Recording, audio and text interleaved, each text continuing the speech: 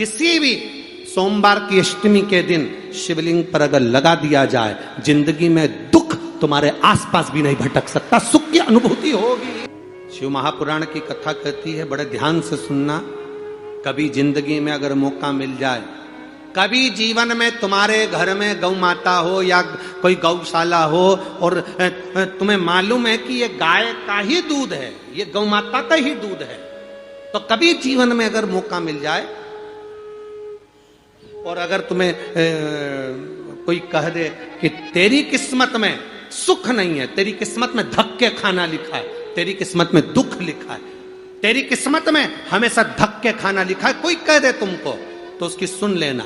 और आखिरी में केवल बेलपत्री का ये बीच वाले भाग पर गौ माता, अगर देसी गाय अगर कहीं हो, उसका अगर दूध सुबह का समय का मिल जाए, शाम का दूध नहीं, सुबह का यदि दूध मिल जाए, इस बेलपत्री के मध्य भाग में, आप लोग आस्था चैनल पर आप इस पत्ती, बीच की पत्ती के मध्य भाग में थोड़ा सा दूध लगाकर, नीचे के भाग में भी थोड़ा सा दूध लगाकर, दोनों पत्तियों में गाय का घी लगाकर भगवान शंकर के शिवलिंग पर कभी मौका मिल जाए जिंदगी में एक बार, किसी भी सोमवार की अष्टमी के दिन शिवलिंग पर अगर लगा दिया जाए, जिंदगी में दुख तुम्हारे आसपास भी नहीं भटक सकता, सुख की अनुभूति होगी। दुख में भी सुख आएगा, किस्मत में दुख लिखा है वो तो आएगा, पर दुख में भी सुख की अनुभूति होगी। आएगा दुख, पर दुख भान नहीं होने देगा। पांवों में अगर ठोकर लगी है तो थोड़ी तो चोट लगेगी, पर जूता पहने हो तो ज्यादा लगेगी क्या? जम के तो बोलो रे, नहीं लगे, क्योंकि जूता पहन रखा है, तुमने पहले से सेफ्टी कर रखी है, तो चोट नहीं लगेगी। ठोकर लगी, कष्ट हुआ, पांव में थोड़ा कष्ट हुआ, पर इतना नहीं हुआ। अगर नंगे पैर होता, चोट लगती तो ज्यादा लगती। अष्टमी बहुत सुंदर दिवस है, बहुत बहुत बधाइयां महाराज। सोमवार की अष्टमी का मतलब आपको इंदौर की कथा में बताया था, जिस दिन शंकर और पार्वती के मिलन का दिवस हो, और केवल एक माता पार्वती के अकेले मिलन का नहीं, 64 योगनियां तक भगवान शंकर से मिलने के लिए आती है। जिस लड़के की शादी नहीं हो रही हो, सोमवार की अष्टमी पड़ने पर एक लाल फूल चंदन में लगाकर, जहां पर अशोक सुंदरी का स्थान है, उस अशोक सुंदरी वाले स्थान पर ले जाकर, अगर सोमवार की अष्टमी पड़ने पर लड़का या लड़की जिसका विवाह नहीं होता वो चढ़ा देता है, मात्र 3 महीने में उसका विवाह पक्का हो जाता है। मात्र 3 महीने। अशोक सुंदरी का स्थान शिव। बहुत तकलीफ है और नहीं हो रहा काम, बहुत दिनों से लगे हो, नहीं हो रहा, हरा मूंग ले जाओ। मूंग के दाने तो रहते हैं घर में, केवल 31 मूंग के दाने लेकर जाइए, 31 चावल के दाने लेकर जाइए और 31 ही बेलपत्र लेकर जाइए। जिस दिन सोमवार की अष्टमी हो, कौन से दिन? सोमवार की अष्टमी हो, उस दिन शंकर जी के मंदिर में जाओ, 3 चीज लेकर जाओ, मूंग के दाने, चावल, बेलपत्र। चावल जो 31 लेकर गए हो, अपनी कामना कर कर शंकर जी की देहली पर रख दो, चौखट पर, कहीं पर भी एकांत में उसको रख दिया जाए। मूंग के जो दाने लेकर गए हो 31, वो नंदी के पास में, जो नंदी का पांव ऊंचा रहता है, उस पांव के पास रख दीजिए। और जो 31 बेलपत्र लेकर गए हो, वो 31 बेलपत्र अशोक सुंदरी वाली जो जगह है, आपको पहले बताया है कथा में, अशोक सुंदरी जी का स्थान, ये शिवलिंग, ये जलाधारी जहां से पानी बहता है, उसके बीच में एक मोटी सी लाइन होती है, जो शंकर भगवान की छोटी लड़की अशोक सुंदरी का स्थान है। शिव जी के 13 बच्चे हैं, 13 बच्चे में सबसे छोटी लड़की अशोक सुंदरी यहीं पर विराजमान होती है, जहां से पानी नीचे गिरता है। प्रत्येक शिवलिंग के सामने एक मोटी सी लाइन होगी, उस मोटी सी जो लाइन है अशोक सुंदरी, वहां पर जो 31 बेलपत्र लेकर गए हो, अपनी कामना कर कर पीला चंदन, लाल चंदन लगाकर उस पर समर्पित करते जाओ। उसकी डंडी जहां से पानी बहता है उस ओर होना चाहिए। आप निवेदन कर कर देखो, एक सोमवार की अष्टमी पर कर कर देखना, दूसरी सोमवार की अष्टमी आएगी, अपने आप आपका काम हो गया होगा। बाबा से निवेदन तो करो, क्यों भटक रहे? एक मात्र शिव मंदिर में झाड़ू लगा रही हैं अहिल्याबाई। साधारण सा भाव, केवल एक झाड़ू। कई लोग कहते हैं महाराज जी आप कहते हो मंदिर में जाकर झाड़ू लगाओ, पोछा लगाओ, तो जो हमने मंदिर में रख रखा है स्वीपर आदि आदि जो भी सेवा करने वाला है, काम करने वाला है, वर्कर है, वो कर रहा है, तो हम क्यों करें? अरे भाई एक बात याद रखना, आप सबसे पूछना चाहूंगा, आप लोग कहते हो कि मंदिर की सफाई जो वर्कर रखा है उसे करना चाहिए, मंदिर की सफाई जो पुजारी रखा है उसको करना चाहिए। मैं आपसे पूछना चाहता हूं कि आपके घर में जो तिजोरी है दिवाली पे उसकी सफाई कौन करता है? नौकर करता है? अरे बोलते तो जाओ। नौकर करेगा?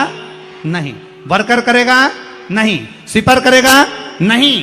तिजोरी की सफाई कोई दूसरा नहीं करता, तिजोरी की सफाई हमें करना होती है। उसी तरह मंदिर की सफाई ना पुजारी करे ना कोई वर्कर करे, जो दर्शन करने जाए वो करे, क्योंकि ये तिजोरी है हमारी, ये तिजोरी है हमारी, यहां से हमें मिलता है, ये मेरा देव अधिदेव महादेव देता है।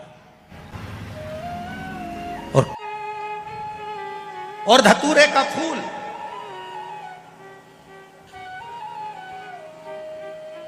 कांटे वाला धतूरा और उसमें लगने वाला एक पुष्प, आस्था चैनल पर आप लोग देख रहे होंगे धतूरे के फूल का दर्शन। धतूरा और धतूरे का पुष्प, छोटा सा पौधा है, ज्यादा बड़ा नहीं है, कांटा लग रहा है, धतूरा लग रहा है, और उसमें भी साधारण धतूरा नहीं, जिस धतूरे के नीचे की डंडी लाल कलर की होती है, अगर वो सोमवार की अष्टमी को देव अधिदेव महादेव को समर्पित करी जाती है तो उसके घर में कभी संपदा की कमी नहीं होती है। वो धतूरा है, साधारण नहीं है। धतूरे में भी लाल डंडी, जैसे धतूरा गोल होता है उसके नीचे छोटी सी डंडी, देखा है आप लोगों ने? अरे देखी कि नहीं देखी बोलो? धतूरा देखा है ना? धतूरे के अंदर एक नीचे छोटी सी डंडी होती है, जब तोड़ोगे तो वो डंडी का कलर अगर लाल है, वो डंडी का कलर अगर लाल है, और कभी हम तो कहेंगे जैसे बड़ी बीमारी जिसको हो जाती है, लीवर किडनी कैंसर आदि आदि बड़ी बीमारियों से जो जूझ रहा होता है, प्रयास करो, प्रयास महामृत्युंजय का जाप कर कर, महामृत्युंजय का स्मरण कर कर, एक लाल डंडी का धतूरा प्रयास करना, एक धतूरा मिल जाए या 5 धतूरे मिल जाए किसी भी एकांतेश्वर महादेव पर, जो शिव मंदिर एकांत में हो, जहां कोई जाता आता नहीं हो। वैसे तो अब बहुत मुश्किल है कि ऐसा मंदिर मिल जाए जहां कोई जाता आता नहीं हो, पहले की बात दूसरी है, अब बात दूसरी है। फिर भी कहीं आप रोड पे से निकल रहे हो, एकांतेश्वर महादेव अगर आपका दिख जाए, बहुत बीमारियों से ग्रसित हो, तो भी महामृत्युंजय जाप का स्मरण कर कर या किसी विद्वत ब्राह्मण जन से महामृत्युंजय मंत्र का जाप कराकर या भगवान शिव के मंत्र का जाप स्वयं कर कर, वो भी ना बने तो पंचाक्षर मंत्र नमः शिवाय, षडाक्षर मंत्र ओम नमः शिवाय, या श्री शिवाय नमस्तुभ्यम जप कर वो लाल डंडी का धतूरा 5 एकांतेश्वर महादेव को आप समर्पित कर सकते। रोग थम जाएगा, जो दवाई खाओगे वो शरीर को लगना प्रारंभ हो जाएगी और आप स्वस्थ होना प्रारंभ हो जाएंगे। अगर बड़ा रोग है, देवी शंकर के मंदिर में जाओ, शिव जी का पूजन कर कर जब वापिस आओ तो शंकर भगवान के मंदिर में जो बाहर नंदी बैठता है उसके कानों में ओम नमः शिवाय बोलकर अपने मन की कामना उसके कानों में बोलकर आप आ जाइए, आपकी कामना 3 महीने में पूरी हो जाती है।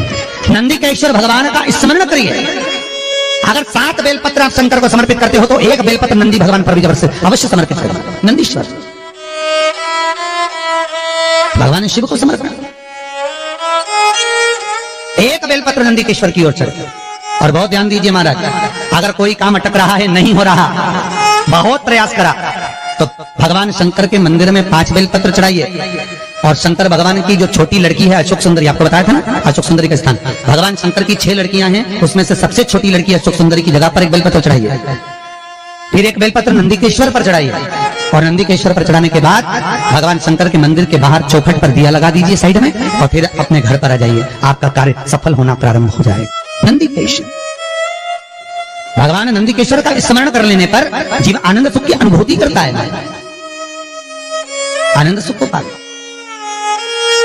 भगवान नंदीकेश्वर का पूरी दुनिया में केवल एक केदारनाथ ही एक ऐसा है जहां पर ओम कुंड विराजमान है। कौन सा कुंड है वहां पर? ओम कुंड। जो बच्चा हकलाता है, तोतला बोलता है या गूंगा होता है, जिसकी वाणी नहीं होती, वो अगर ओम कुंड पर जाकर ओम बोलने का प्रयास करता है तो जितनी देर तक उसके मुंह से घुन्न की आवाज निकलती है उतनी देर तक ओम कुंड में से पानी का बुलबुला निकलता रहता है। और 7 या 8 बार बोलने से व्यक्ति हकलाना छोड़ देता है, तोतला बोलना छोड़ देता है और उसकी वाणी आ जाती है। वो ओम कुंड केदारनाथ जी में बसता है। कहां बसता है? केदारेश्वर।